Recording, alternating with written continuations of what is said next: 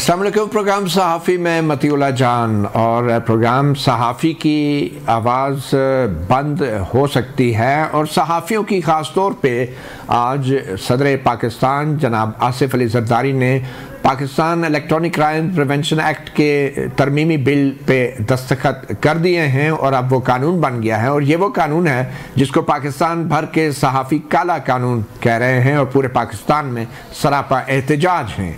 और आज इसी हवाले से हम बात करेंगे क्योंकि पाकिस्तान पीपल्स पार्टी और उनके कायद, उनके बानी जनाब जुल्फ़िकार अली भुट्टो, उनके बारे में ये तारीख गवाह है कि उन्होंने आवाम को आवाज़ दी, लेबर यूनियंस बनाई, आवाम को बात करने, सवाल करने की जरूरत दी।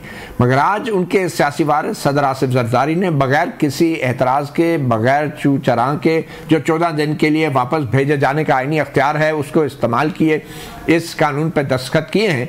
तो हमने सोचा कि हम अपने इस प्रोग्राम में आज खुसूसी तौर पर दावत देंगे जनाब कमर ज़मान कायरा साहब को, जो साबिक वज़ीर इत्तलात व नशियात हैं, पाकिस्तान पीपल्स पार्टी की सेंट्रल एग्जीक्यूटिव कमेटी के मेंबर भी हैं, और हम इनसे कुछ बात करेंगे। मगर इससे पहले कि इनसे बात करें, एक गिला है उन सहाफ़ियों से जो इक़्तिदार के ऐवानों में जाके सहाफ़ियों की तरफ, सहाफ़त की तरफ मुड़कर नहीं देखते बल्कि सहाफ़ियों के ही दुश्मन बन जाते हैं। यूँ तो एक तवील फहरिस्त है उन सहाफ़ियों की जिन्होंने सरकारी नौकरियां पकड़ी, वजारतें पकड़ी, मगर आज इस दौर में, इस हुकूमत में 2 बड़े सहाफ़ी हैं, बल्कि अगर हम कहें कि 4 बड़े सहाफ़ी हैं जो हुक्मरान इत्तेहाद का हिस्सा हैं। और वो इस कानून के बारे में आप क्या कह रहे हैं, ये भी बड़ा दिलचस्प है जानना। सबसे पहले हम बात करेंगे पाकिस्तान पीपल्स पार्टी की सेनेटर शहरी रहमान की, साबिक एडिटर हैं हेरल्ड मैगजीन डॉन ग्रुप की और मेंबर CEC हैं। और उन्होंने अपने एक इंटरव्यू में मीडिया से गुफ्तगू करते हुए कहा कि पीपल्स पार्टी की तरफ से यकीन दिलवाते हैं कि पीपल्स पार्टी आपके साथ होगी। इस बिल पर आज तरमीम आई हैं तो कुछ ख़त्म नहीं हुआ, कल मज़ीद तरमीम भी आ सकती हैं। आज बिल पास होना है। अफसोस है कि हम कमेटीज़ में इसको इंटरटेन नहीं कर सके।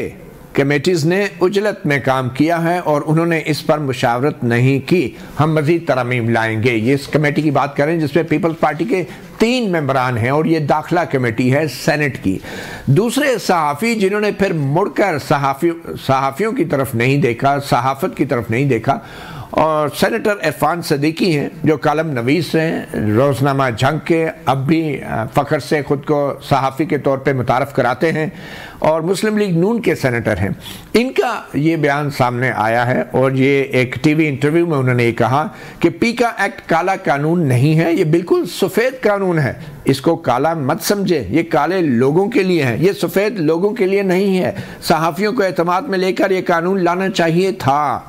अगर सहाफ़ी समझते हैं इसमें कुछ गलत है तो इसे एड्रेस किया जाएगा। तो ये है वो सहाफ़ी। 2 बड़े सहाफ़ी नहीं बल्कि एक तीसरे फ़रतुल्लाह बाबर साहब भी हैं, पाकिस्तान पीपल्स पार्टी के साबिक managing editor the frontier post रहे हैं, तर्जमान पीपल्स पार्टी। जब तक तमाम स्टेक होल्डर्स के साथ मुशावरत नहीं की जाती उस वक्त तक पीका तरमीम को कानून में शामिल ना किया जाए। बेहतर होता कि बिलावल समेत तमाम पीका तरमीम पर स्टेक होल्डर्स के साथ तबादला ख्याल करते। अब एक ही रास्ता है कि सदर ममलकत कानून पर दस्तखत मौखिर करें और वज़ीर आज़म शहबाज शरीफ तमाम स्टेक होल्डर्स के साथ मुशावरत करें। एक और सहाफ़ी मुशाहिद हुसैन सैयद हुक्मरान इत्तेहाद के एक सेनेटर हैं, उनका पीका एक्ट के हवाले से कोई मौक़िफ़ कहीं भी नज़र नहीं आ रहा, खामोशी है सेनेटर मुशाहिद हुसैन सैयद की तरफ से। और सबसे बड़े जो सहाफ़ी, बल्कि सहाफ़ियों से मीडिया के मालिक बन गए, मोहसिन नकवी जो वज़ीर दाखिला हैं, और उन्हीं की दाखिला कमेटी, बल्कि उन्हीं की वजारत जो है ये सहाफ़ियों के हवाले से कानून लेकर आई है, उनका भी कोई मौक़िफ़ रिकॉर्ड पे नहीं है। आखिर में हम आपको बताते हैं कि जुल्फ़िकार अली भुट्टो के सियासी वारिस और ऐवान सदर में इस वक्त मौजूद सदर आसिफ अली ज़रदारी किसी ज़माने में बहुत गरजते बरसते थे इसी मीडिया के ज़रिए ही और मीडिया के सहारे ही। वो क्या कहते थे और अब क्या हो गया। उन सब दोस्तों को बता देना चाहते हैं जो हमारी जुर्रत को ललकार रहे हैं कि होशियार हो जाओ, खबरदार रह जाओ, ये पाकिस्तान पीपल्स पार्टी है। जिस दिन मैं खड़ा हो गया, आपने 3 साल रहना है, उसके बाद आपने चले जाना है, हमेशा के लिए हमने रहना है, तो हमें मत तंग करो। अगर हमें तंग करने की कोशिश की तो हम आपकी भी ईंट से बजा देंगे। बहुत शुक्रिया कैरा साहब सहाफ़ी प्रोग्राम को वक्त देने का। सदर आसिफ अली जरदारी किसी ज़माने में ईंट से ईंट बजा रहे थे और कह रहे थे कि जब मैं खड़ा हो गया, तो क्या वजह है कि एक तो ये साबिक़ सहाफ़ी हज़रात हैं, आप भी वज़ीर इत्तलात व नशियात रहे हैं, पीपल्स पार्टी की जो रवायात हैं, और जुल्फ़िकार अली भुट्टो ने जो इस अवाम को ज़ुबान दी, आज बज़ाहिर सदर आसिफ अली जरदारी के दस्तखत से वो ज़ुबान खींच ली जा रही है। तो पीपल्स पार्टी का क्या रोल है इसमें? बहुत शुक्रिया। गुजारिश ये है कि एक तो आपने अपने इंट्रो में अपना ओपिनियन देते हुए सदर पाकिस्तान को, पीपल्स पार्टी को और कुछ साथियों को मुजरिम के खाते में खड़ा करके कटहरे में खड़ा कर दिया, और आपने जजमेंट पास कर दी है कि आपकी जो राय है वो हतमी है, या आप जैसे कुछ हमारे जो दोस्त भाई हैं, साथी हैं, उनकी राय मुख्तर है, और जो लोग ये कह रहे हैं उनकी राय दुरुस्त नहीं है, बल्कि वो मुजरिम है। और पीपल्स पार्टी शायद और आसिफ जरदारी साहब जो है वो भुट्टो साहब के नजरिए से बिल्कुल हट गए, और पीपल्स पार्टी तो आपने ये जनरली तासर ये देने की जो मुझे समझ आया। मुफ्तीउल्लाह साहब, गुजारिश है कि सदर पाकिस्तान की जमात ने इसको वोट किया है। आपने अपने इंट्रो में को 3 दफा सदर का मुखातब किया है। सदर की जमात ने इसको कौमी असम्बली में भी और सेनेट में भी वोट किया। सदर इसको बिल को रख के बैठ जाते, 14 दिन के बाद ये बिल वैसे ही पास हो जाता, लेकिन जिसको उनकी जमात वोट कर रही है उसको वो कैसे रोक दें? अब आए दूसरी तरफ, हाँ इस कानून में सुकम है, ओके वेरी गुड, इस कानून में सुकम है, उन सुकमों को आप जरा मुझे आइडेंटिफाई कीजिए ताकि मैं एड्रेस करूं। लेकिन इससे पहले मैं ये कहना चाहूंगा कि कानून बन जाते हैं, फर्ज करें आपके ख्याल में कानून गलत बना, कुछ लोगों के ख्याल में कानून दुरुस्त बना है। अगर ये कहा जाए, मैं मिसाल दे रहा हूं कि जिन लोगों ने इस कानून को पास किया है वो कहते हैं कि कुछ खराब लोगों के बारे में, कुछ ऐसे लोगों के बारे में जो लोगों की इज्जतें उछालते हैं, कुछ ऐसे लोगों के बारे में जो समाज में बर्बादी पैदा करते हैं इन द नेम ऑफ आजादी सहाफत। मैं मिसाल दे रहा हूं, जिस तरह आपने मुकदमा खड़ा किया, तो ये कोई मुनासिब तरीका तो नहीं है ना, मैं आपको वो प्रोलाइज कर दूं। सिर्फ आपका राय और है, मेरी राय और है। इस राय के ऊपर आते हैं। राय क्या है? एक कानून बना है सोशल मीडिया के, जो अनसोशल मीडिया है, रादर मैं तो उसको अनसोशल मीडिया कहता हूँ। ये जो इस वक्त सोशल मीडिया चल रहा है हमारे लिए तो एक बर्बादी की दास्तान है, इसलिए कि इसमें वल्गैरिटी ज्यादा है और इसमें हकायक कम है। हाँ, कुछ प्लेटफॉर्म आप दोस्तों ने बनाए हैं, आप जैसे दोस्त उसमें मौजूद हैं, जो बड़े अच्छी बातें करते हैं, जुर्रत से करते हैं, साफ सुथरी करते हैं, लेकिन बहुत बड़ी तादाद उन लोगों की है जिनका कोई साफत से ताल्लुक नहीं है और उन्होंने अपने सोशल मीडिया प्लेटफॉर्म बना लिए हैं और वो अपने आप को साफी के तौर पे इंट्रोड्यूस करके अपने चैनल चला रहे हैं। अब क्या करें? जब आपका सोशल मीडिया नहीं था, ये फॉर्मल मीडिया था, टीवी आया था, तो टीवी के दौर में टेलीविजन और हुकूमतों के दरमियान, हमारे यहाँ तो स्टेट टेलीविजन था, बाद में प्राइवेट सेक्टर आया, लेकिन प्राइवेट सेक्टर के आने के बाद हुकूमतों के साथ एक टकराव की कैफियत यूरोप में भी रही, हमारे यहाँ भी रही, और उसको बाद में उसके रूल्स बनाए गए, उसके रूल्स फ्रेम करने के बाद अथॉरिटीज कायम की गई जिनके जरिए इसको रेगुलेट किया गया। रेगुलेट सख्त लफ्ज है, जिसके जरिए इसकी गलती को रोका गया, ये रोकने की कोशिश की गई, रिस्पॉन्सिबिलिटी के साथ आजादियां दी गई। उससे पहले जब अखबार आए थे, अखबार के दौर में भी अखबार के मालिकान या मुदीरों का हुकूमतों से और ताकतवर तबकों से एक क्लैश हुआ, वो खबर देने के ऊपर। फिर चलते चलते उस लड़ाई के बाद कुछ उसके रूल्स तय कर दिए गए, जिसको सहाफत के कानून बना दिए गए, एक ज़ाब्ता अखलाक बना दिया गया। उससे पहले किताबों का जब दौर आया था तब भी ये था। तो अब एक सोशल मीडिया का दौर आया है। इस दौर में इस खौफनाक किस्म के हथियार से, जो कि बहुत पावरफुल है, इंसानों की बहुत बड़ी खिदमत कर सकता है, इल्म को फरोग दे सकता है, खबर को आम कर सकता है, लेकिन साथ ही साथ ये अब जो AI आया इसके साथ मिलके, ये हमारे समाज को बर्बाद कर सकता है। ये हमारे अंदर मुनाफरत को इतनी इंतहा पे पहुंचा सकता है कि भाई भाई का गला काटने चल पड़े। ये मैं मुतीउल्लाह जान सियासतदान है, कमर जमान साफी है, सो कॉल्ड कमर जमान मुतीउल्लाह के बारे में कोई इंतहाई वाहियात किस्म की गुफ्तगू करके कहता है कि मुतीउल्लाह तो ऐसा है, मुतीउल्लाह ने ये किया वो किया वो किया, और उसके बाद मुतीउल्लाह जान जो है वो कटहरे में खड़ा है अवाम के, उसकी जो सारी बनी बनाई सारी जिंदगी की कमाई थी वो बर्बाद हो गई। और उसके बाद मुतीउल्लाह जान मुझे नोटिस दे, पहले तो मैं नोटिस को खातिर में नहीं लाता कि जाओ जाके जो करना है करो, 5, 7, 10 साल के बाद मैं जाके अदालत में माफी मांग लूंगा या 2-4 लाख जुर्माना भर लूंगा। मैं तो बर्बाद हो गया। मेरी जमात देख ले कि कोई जमात, anyone, name any party, name any group of people, name any government. तो ये जो सोशल मीडिया का या सोशल मीडिया का प्लेटफॉर्म है जो हर बंदे के हाथ में है, जिसका विजुअल भी है, जिसका ऑडियो भी है, इसको तो आपने कुछ जिम्मेदारी भी देनी है कि नहीं? आपका मसला क्या हुआ?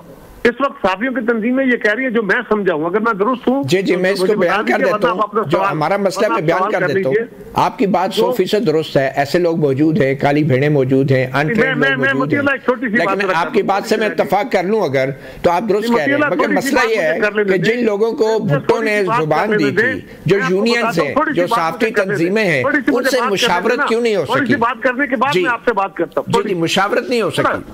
थोड़ी सी बात समझ, जी थोड़ी सी बात की गुजारिश है।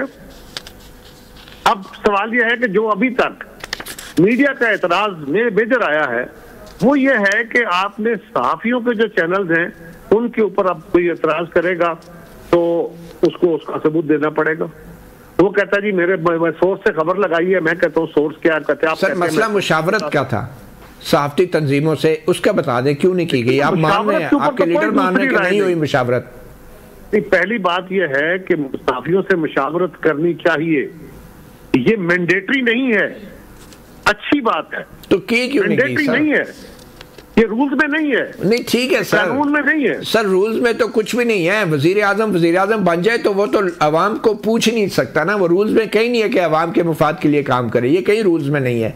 लेकिन मुशावरत करने में हर्ज क्या थी? आप तो सियासतदान हैं, सियासी जमातें, भुट्टो की पार्टी है, रूल्स अवाम की खिदमत के लिए सारे रूल। तो सर भुट्टो की पार्टी ने मुशावरत क्यों नहीं की? सर भुट्टो की पार्टी ने यूनियन से, तंजीमों से, जिन्होंने जो भुट्टो ने बनाई है। भाई मेरे भाई मैं कह रहा हूँ मुशावरत होनी चाहिए, नहीं हुई तो अब भी करके उसकी अमेंडमेंट कर लेंगे, लेकिन उसके ऊपर हमें बिल्कुल गाली दे देना और हमें कह देना कि आपने बिल्कुल उससे पहलू तही कर ली है, आप गद्दारी कर गए हैं, आप अपनी पार्टी को असूल छोड़ गए हैं, ये जरा आपका पॉइंट भी वेल रिसीव्ड सर, आपका मौक़िफ़ भी हम उसका एहतराम करते हैं और आपसे इसीलिए हमने कम से कम हमने मुशावरत कर ली, आपने की नहीं, मगर फिर भी है। बहुत शुक्रिया। एक बात याद रखें, जी एक बात याद रखें सर, वन लाइनर जी सर, सहाफ़ी तंजीमों से मुशावरत करनी चाहिए सहाफ़ी कानून बनाते हुए।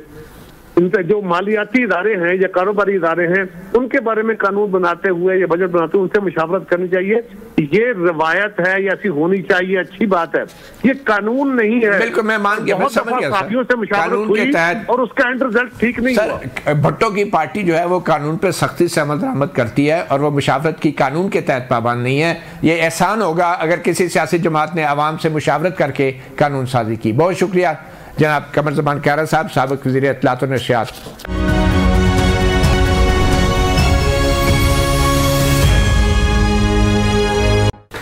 Welcome back. सहाफ़ी प्रोग्राम में आज़ादी राय के बारे में बहुत बात हुई, मगर ये जुड़ी है पाकिस्तान की सियासत और मईशत से भी, और इसी हवाले से हमारे आज के प्रोग्राम में बहुत ख़ास मेहमान हैं। यूँ तो हम ज़्यादातर इन मेहमानों को ज़हमत देते हैं जब पाकिस्तान की मईशत के बारे में बात करनी होती है, मगर जिस मुल्क में आज़ादी राय ना हो, फ्री प्रेस का गला घोंटा जा रहा हो, वहाँ पे मालूमात तक रसाई भी मुश्किल हो जाती है और ऐसी सूरत में मुक़्तदर हलकों का एहतसाब और उनकी जवाबदही भी मुमकिन नहीं होती। यही बुनियाद बनती है गैर शफाफियत की और करप्शन की। इसी वाले से मेहमानों का मैं तारफ़ करा दूँ। हमारे मेहमान हैं शहबाज ज़ैदी साहब, साबिक़ चेयरमैन FPR, उन्होंने हमें ज्वाइन किया है। टेलीफोन लाइन पे हमें ज्वाइन कर रहे हैं सैयद मेहताब हैदर, एक मारूफ जर्नलिस्ट हैं और फाइनेंस के हवाले से उनका मुकम्मल अबूर है। शहबाज ज़ैदी साहब, हम आएंगे IMF के आने वाले दौरे की तरफ भी जो फरवरी में हो रहा है और अमेरिका ने जो आलमी सतह पर अपना इमदादी प्रोग्राम रोक दिया, उसके क्या असरात होंगे, और फिर टैक्स के अहदाफ के हवाले से भी। मगर इन सब मामलात पे बात करने से पहले आप बतौर एक माहिर माशियात कहें, इकोनॉमिस्ट कहें या जो भी, आपको क्या लगता है कि पाकिस्तान में जिस तरह मीडिया की आवाज़ को, सहाफ़ियों को और आज़ादी राय का गला घोंटा जा रहा है और अब पीका का ये जो कानून आया है, इस तरह की कार्रवाइयों से मुल्क में शफाफियत और बदअनवानी के ख़िलाफ़ जो कोशिशें हैं उन पर क्या असर पड़ता है?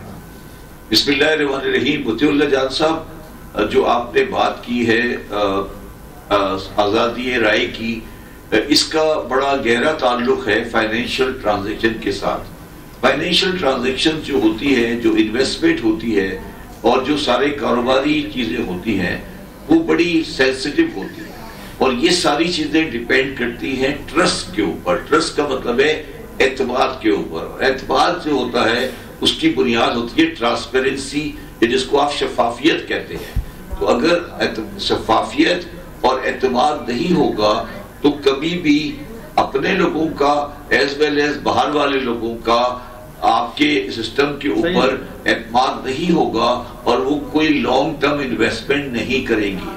मैं ये नहीं कहता कि जो अभी क़वानीन आए हैं वो किसी तरीके से पाकिस्तान के ट्रस्ट एनवायरनमेंट को डिस्टर्ब करेंगे डायरेक्टली, मगर ये सब चीजें अल्टीमेटली जो इन्वेस्टर बाहर से आता है, इवन जो पाकिस्तानी इन्वेस्टर भी है, अगर उसको शफाफियत में या एतमाद में जो इंफॉर्मेशन पाकिस्तान से आ रही है, जो बातें पाकिस्तान से निकल रही हैं, अगर उसमें शक होना शुरू हुआ तो फिर पाकिस्तान की मईशत मुश्किल में पड़ जाएगी। ये हमें याद रखना चाहिए अब्दुल्ला जान साहब कि हम नॉर्थ कोरिया या ईरान नहीं हैं जो मईशतें आइसोलेटेड हैं या दुनिया से अलग है। हमारी मईशत बहुत दरीना तरीके से दुनिया के मामलात से इंटीग्रेटेड है और हम तकरीबन $30 बिलियन बाहर से रेमिटेंस की शक्ल में रिसीव करते हैं। वो इसलिए आता है कि पाकिस्तानियों को अपने मुल्क पर एतमाद है और वो ये समझते हैं कि चीजें ट्रांसपेरेंट हैं। ये बात जब भी हम कोई ऐसे क़वानीन लाते हैं हमें ये याद रखना चाहिए कि ये सियासी और उसकी कानूनी पेचीदगी अपनी जगह पर है, मगर ये चीजें मईशत के लिए बहुत ज्यादा खुशाइंद नहीं होती। ये जो अभी तक मालूमात मंजरेआम पे आई हैं और अब तो पीका का कानून सदर ममलिकत आसिफ अली जरदारी ने भी उस पर दस्तखत कर दिए हैं, तो आपको क्या लगता है पीका के ऐसे कवानीन की वजह से हमारी मईशत पे असर पड़ सकता है? नहीं, देखिए मैंने कहा ना कि इमीडिएट असर आपको ये नहीं कह सकते कि आज आपने पीका का कानून पास किया और कल से कोई नेगेटिव इम्पैक्ट आएगा, मगर अगर आप कोई ऐसे क़वानीन पेश करते हैं जिसमें गवर्नमेंट के एक्शन की, गवर्नमेंट के कॉर्पोरेशंस की या मीडिया की किसी तरीके से आप ये समझते हैं कि इंफॉर्मेशन ट्रांसपेरेंट नहीं है या उस पर ट्रस्ट नहीं किया जाता, तो उसका अल्टीमेट इफेक्ट पाकिस्तान की इकोनॉमी पर आएगा और इन क़वानीन को हमें बहुत सीरियसली देखना पड़ेगा। ठीक है सैयद मेहताब हैदर साहब, आपकी आज भी एक बहुत बड़ी खबर छपी है। टैक्स फाइलर्स के आदाद-ओ-शुमार सामने आए हैं, बड़े हैरानकुन हैं, और टैक्स के हवाले से भी आप बतौर एक सहाफ़ी आपको लगता है ये पीका का कानून आपके काम, आपकी आज़ादी में एक बड़ी रुकावट होगा?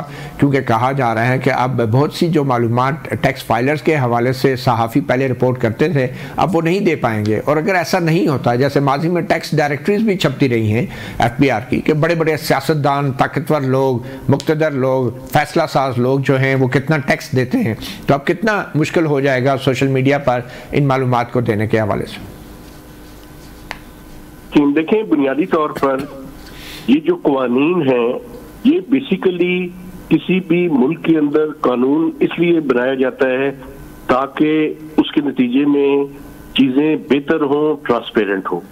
लेकिन ये पाकिस्तान एक अजीब किस्म का मुल्क है।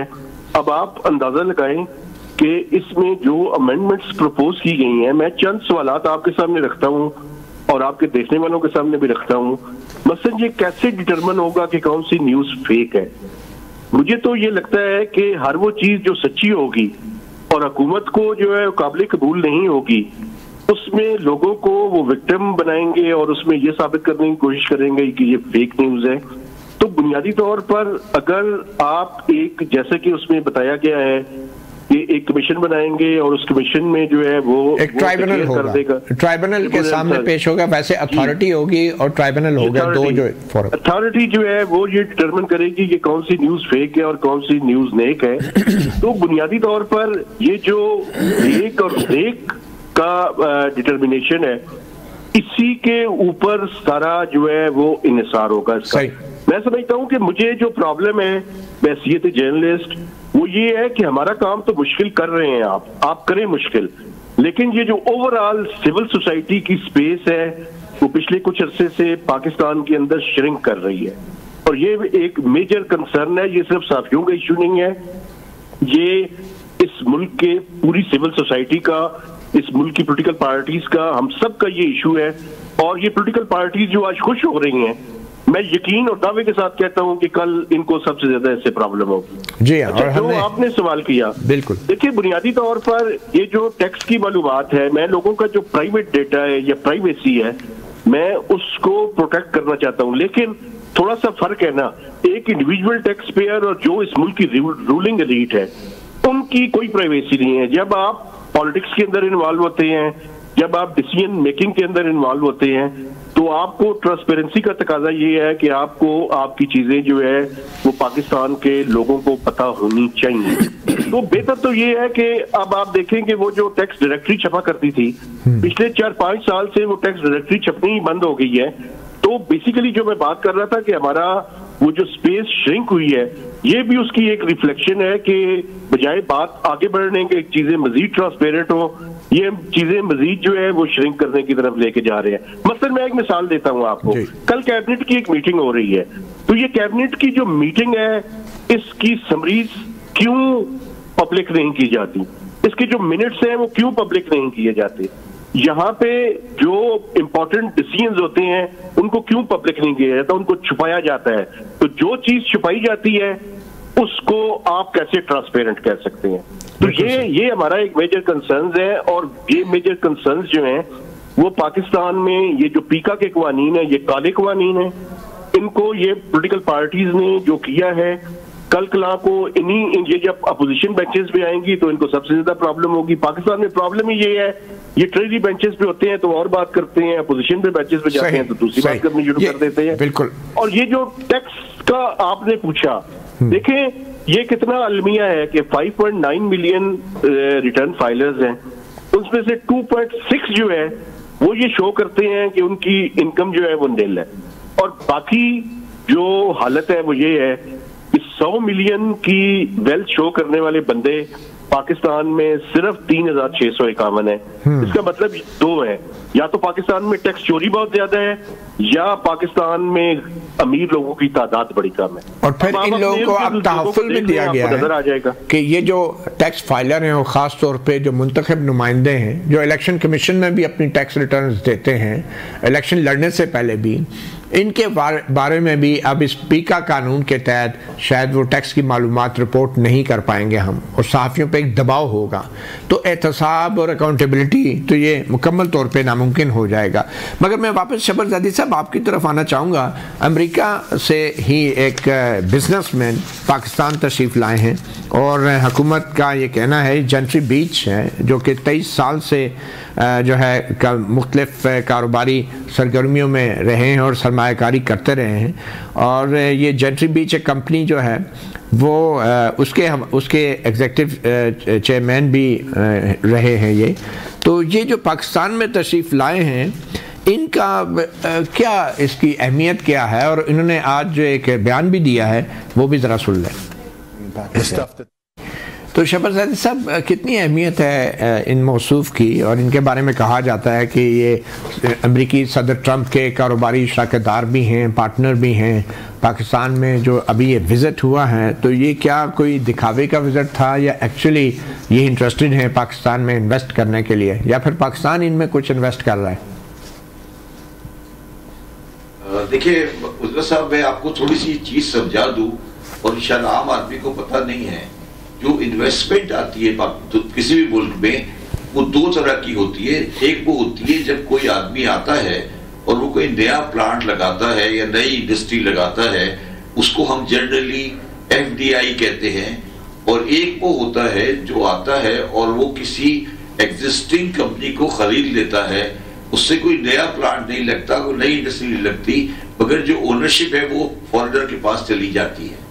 ये जो साहब आए हैं और 2-3 साहिबान और भी हैं, जिनमें से मेरे थ्रू भी एक ग्रुप अमेरिकन का है आया है। ये हैज फंड के लोग हैं। ये वो लोग होते हैं जनरली जो एग्जिस्टिंग कंपनियों को खरीदते हैं और उस पर काम करते हैं, और अगर वो ये समझते हैं इन द लॉन्ग रन कि इसमें आगे जाकर कोई पाकिस्तान में पोटेंशियल है तो वो फिर जाके नया प्लांट भी लगाते हैं, नई इंडस्ट्री भी लगाते हैं। मगर अभी तक जो मेरी इंफॉर्मेशन है या जो मेरी अंडरस्टैंडिंग है, ये जो जिन साहब की आप बात कर रहे हैं और जो साहब जो और पाकिस्तान में अमेरिकन इस वक्त आपको नजर आएंगे, ये 95% लोग हैज फंड के लोग हैं जो कि एग्जिस्टिंग पाकिस्तानी कंपनीज को खरीदने में इंटरेस्टेड हैं। जैसे एक ग्रुप है अमेरिकन का, वो एक डायग्नोस्टिक के ग्रुप को पाकिस्तान में खरीद चुका है, और लोग हैं जो पाकिस्तान में। मगर ये मैं जरूर कहूंगा कि ये जो हैज फंड के लोग आते हैं, ये पहले आकर आप समझे कि पानी की हरारत को चेक करते हैं कि क्या करना है, और उसके बाद मगर इससे कोई इकोनॉमिक एक्टिविटी उस तरह से नहीं बढ़ती है। मगर फायदा ये होता है कि डॉलर का इनफ्लो हो जाता है, तो वो कंपनी ऑलरेडी पाकिस्तान के पाकिस्तानियों के पास है। तो इसलिए ये जो चीज आपके सामने आज भी आई है और ये जो चीज आप देख रहे हैं, ये सारी हैज फंड की इन्वेस्टमेंट है, जिसको मैं उस सेंस में एक इकोनॉमिक्स की एक्सपेंशन या इन्वेस्टमेंट उस सेंस पे नहीं समझता, मगर आम आदमी ये समझता है कि ये पाकिस्तान में कोई इकोनॉमिक एक्टिविटी को मल्टीप्लाई कर रहा है। ठीक है, मेहताब हैदर साहब, आप कैसे देख रहे हैं और आप समझते हैं कि जो अमरीकी मेहमान हैं हमारे, इनके पाकिस्तान आने से कोई प्रॉस्पेक्ट्स बड़े हैं एफडीआई के या किसी किस्म के भी इन्फ्लोज के?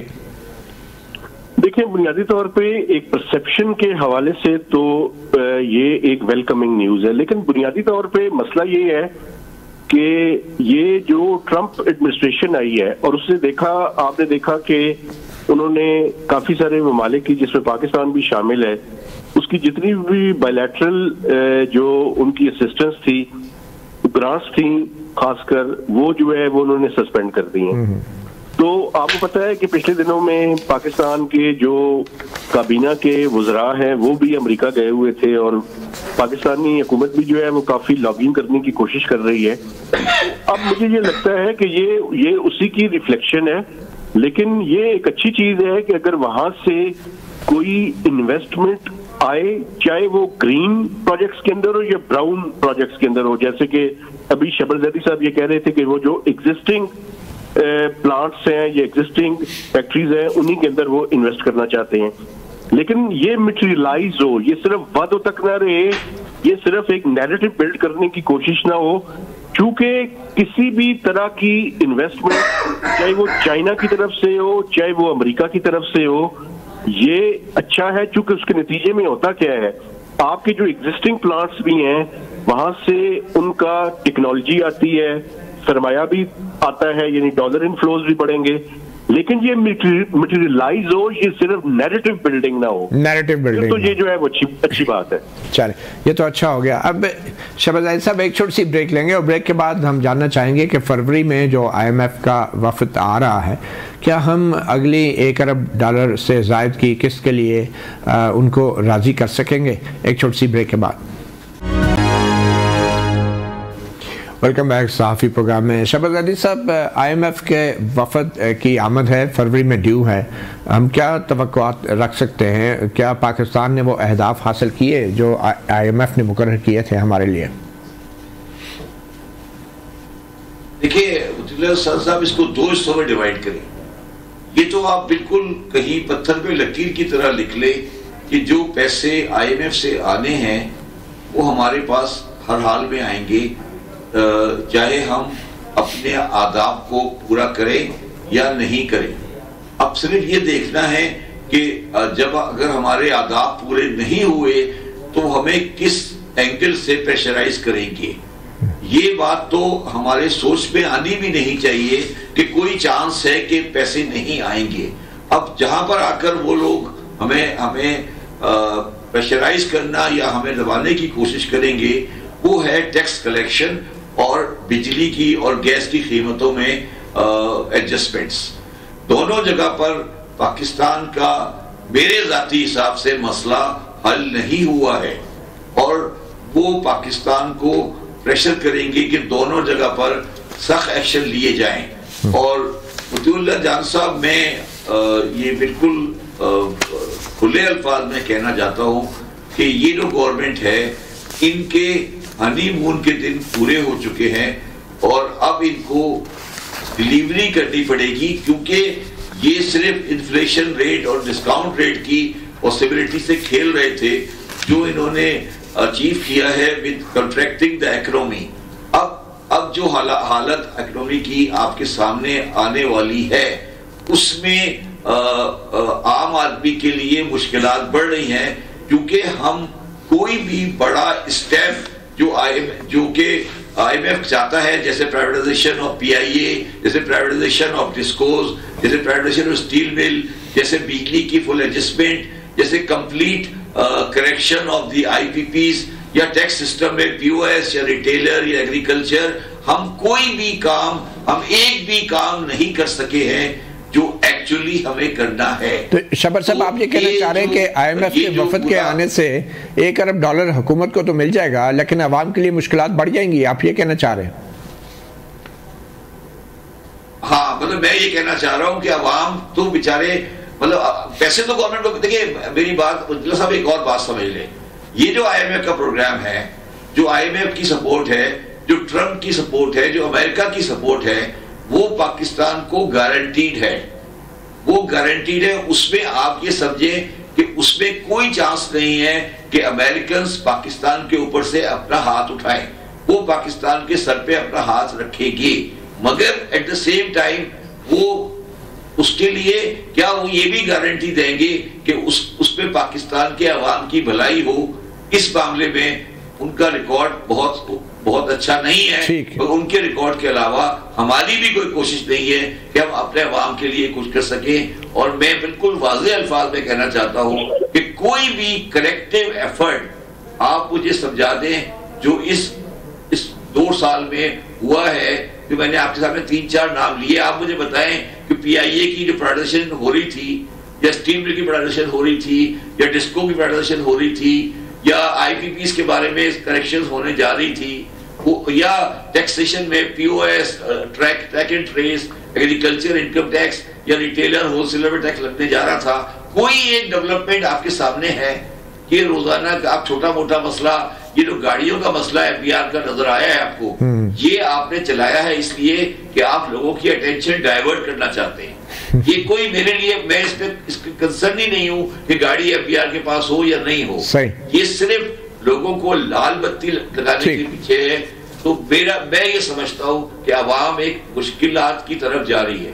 ठीक है, महताब हैदर साहब, आपके नज़दीक के क्या मज़ीद मुश्किलात बढ़ सकती हैं अवाम के लिए फरवरी के बाद? देखिए, बुनियादी तौर पे ये जो IMF का मिशन आ रहा है, इसमें अगर आप इकोनॉमी की ओवरऑल हालत को देखें, जिसको इस टाइम पूरी इकोनॉमिक टीम उसका ढिंढोरा पीट रही है, मैं चंद चीजें आपके सामने वो रखता हूँ जिसके लिए IMF से वेवर लेना पड़ेगा।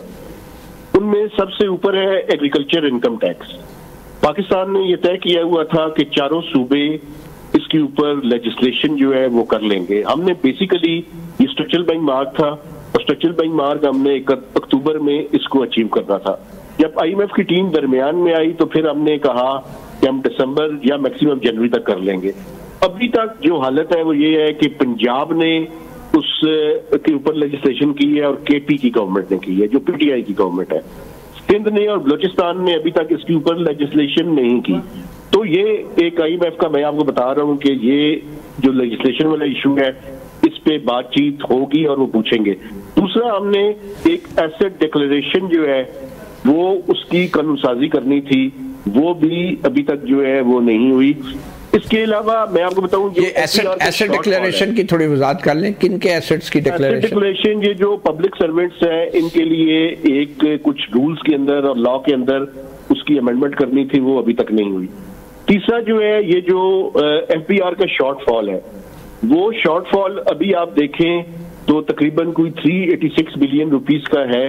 अभी आप देखिएगा जनवरी के जब फिगर्स आएंगे, इसमें मजीद जो है वो शॉर्टफॉल होगा। लेकिन जहां से हुकूमत को इसका रिलीफ मिलेगा वो ये है कि डेट सर्विसिंग जो है, क्योंकि पॉलिसी रेट कम हुआ है तो डेट सर्विसिंग कम हुई है, तो वो वहां पे वो जो है ना वो दिखा रहे हैं। एक चीज मैं आपको बता देना चाहता हूं डेवलपमेंट के नाम पे जितने प्रोजेक्ट्स हैं उनमें अक्सर पे कोई काम नहीं हो रहा, सिवाय पार्लियामेंटेरियंस के लिए जो हमने पैसे रखे हुए थे वो पैसे जो है वो रिलीज हुए हैं। बाकी डेवलपमेंट प्रोजेक्ट्स जो है उनको बिल्कुल जो है चोक करके रखा हुआ है। तो ये इकोनॉमी की मौजूदा सिचुएशन है। जब IMF का वक्त आएगा, आप रिटेलर्स का देखें, एक ताजर 2 स्कीम लेकर आए थे, वो बुरी तरह से नाकाम हुई है। अभी ये उसका जो है वो इन्होंने एक और 236G और H का कानून बनाया था इनकम टैक्स के अंदर, कि जिसके अंदर अगर नॉन फाइलर को आप कोई रिटेलर को कोई चीज देंगे तो उसकी ग्रॉस इनकम के ऊपर आप वसूल करेंगे। वो टैक्स जो है वो हासिल किया जा रहा है, उसकी वजह से कुछ रिटेलर्स भी टैक्स नेट के अंदर आए हैं। लेकिन ये जो ताजर 2 स्कीम लेकर आए थे वो इतनी बुरी तरह नाकाम हुई है कि उसका नाम ही लेना उन्होंने छोड़ दिया है।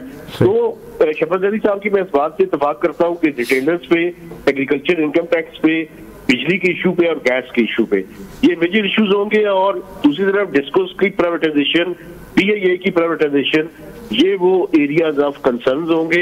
एक्सटर्नल साइड पे अलबत्ता हुकूमत की कारकर्दगी जो है वो बेहतर है, और उसकी वजह ये है कि स्टेट बैंक ऑफ पाकिस्तान इस टाइम डॉलर्स खरीद रहा है मार्केट से, और तकरीबन पिछले 8 से 9 माह के दौरान कोई उन्होंने 6 से 7 बिलियन डॉलर जो है मार्केट से खरीदे हैं। चल, वैसे शफकत जैदी साहब, ये स्टॉक मार्केट के तरफ बार बार हुकूमत इशारा करती है और इसमें भी कोई शक नहीं कि तारीख में 1 लाख से ऊपर क्रॉस की और अभी 1,12,00,000 के पॉइंट पे आके रुकी है।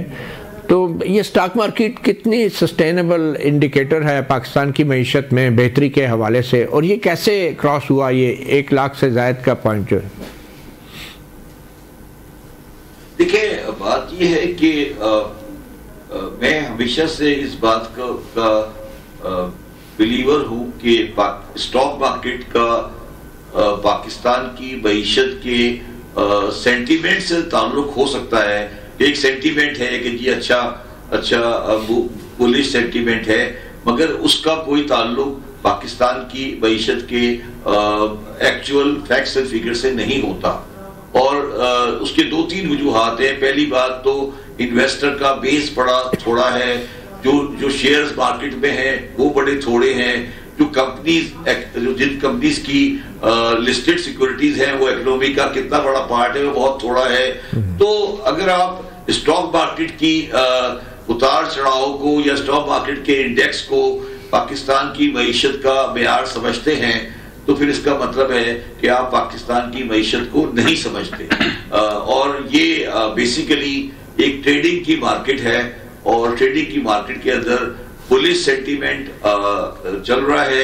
मेरे लिए, मैं आज किसी भी इसकी बात नहीं कर रहा, मैं हमेशा से, और दो कि मैं 6 साल तक स्टॉक मार्केट का डायरेक्टर रहा हूं, मगर मैं समझता हूं कि पाकिस्तान स्टॉक मार्केट कोई इंडिकेटर नहीं है पाकिस्तान की इकोनॉमी की वेलबीइंग का और किसी खराबी का। और वैसे भी आप क्या समझते हैं, कराची के ताजरों का एक बड़ा रोल होता है स्टॉक मार्केट के उतार चढ़ाव में, और उन्होंने तो कह दिया कि हमें मरियम नवाज दे दें, मुराद अली शाह को ले लें। इसको आप कैसे देख रहे हैं? देखिए यार, मेरी बात सुने, ये जो है ना, ये स्टेटमेंट जिन साहब की है, जो मैंने नहीं पता कि वो सही कह रहे हैं या गलत कह रहे हैं। जिन साहब की है वो ट्रेडर हैं, और मेरा जहाँ तक ख्याल है शायद ताल्लुक आज़ाद कश्मीर से है। तो अगर वो मुराद अली शाह साहब के बारे में ये कमेंट करते हैं और मरियम नवाज साहबा के बारे में ये कमेंट करते हैं, मैं क्योंकि मेरी आज़ादी जिंदगी लाहौर में गुजरी है, और मैं बहुत अच्छी तरह लाहौर को भी जानता हूँ, लाहौर को भी, तो ये बेकार की बातें हैं। ठीक, बहुत शुक्रिया शफकत जैदी साहब। मेहताब हैदर साहब, आपका भी बहुत शुक्रिया सहाफ़ी प्रोग्राम को वक्त देने का। इतना ही, इजाज़त दीजिए, अल्लाह हाफिज़।